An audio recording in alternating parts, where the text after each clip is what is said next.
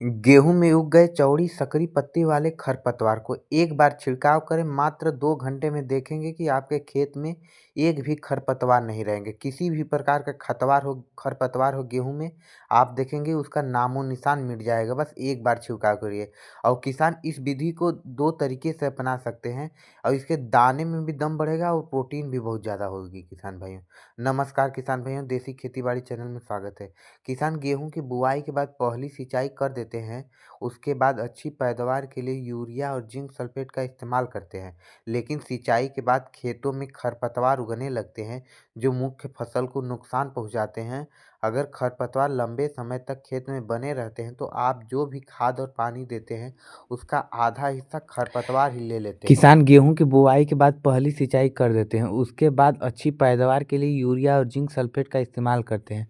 लेकिन सिंचाई के बाद खेतों में खरपतवार उगने लगते हैं जो मुख्य फसल को नुकसान पहुंचाते हैं। अगर खरपतवार लंबे समय तक खेतों में बने रहते हैं तो आप जो खाद और पानी देते हैं उसका आधा हिस्सा खरपतवार ही ले लेते हैं। इससे किसानों को नुकसान होता है। खाद पर किया गया खर्च सही परिणाम नहीं देता है। इसलिए खरपतवार को समय पर निकालना बहुत ज़रूरी है। 2 तरह से निकाले खरपतवार।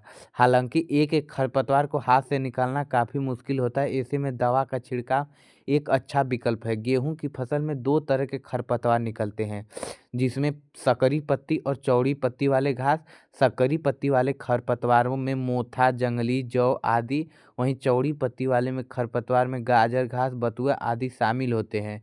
जब ये खरपतवार 2 से 3 पत्तियों की अवस्था में हो तभी नियंत्रण के लिए दवा का छिड़काव करना चाहिए। अगर सिंचाई के बाद खेत में पैर रखने पर मिट्टी नहीं दब रही है तो यह स्प्रे करने का सही समय चौड़ी है। पत्ती वाले खरपतवार को ऐसे करें नियंत्रण।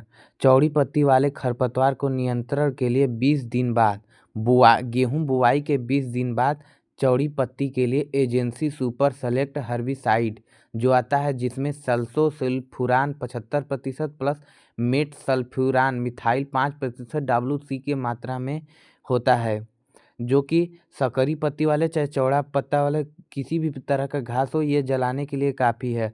अगर खेत में दोनों तरह के खरपतवार है तो यह दोनों को नियंत्रण कर सकता है। इसको स्प्रे करने के बाद 5 से 7 दिन के अंदर खरपतवार नष्ट होने लगते हैं। इसके साथ ही पौधों में क्लोरोफिल की मात्रा बढ़ती है। क्लोरोफिल बढ़ने से प्रकाश संश्लेषण तेजी होता है, जिससे पौधों को अधिक ऊर्जा मिलती है। अगर फसल की पत्तियां पीली पड़ रही हैं तो वे हरी होने लगती हैं। पौधे स्वस्थ और हरे भरे रहते हैं। अंततः उत्पादन बढ़ता है, गुणवत्ता बेहतर होती है, अनाज में प्रोटीन की मात्रा बढ़ती है और दोनों का आकार भी अच्छा होता है।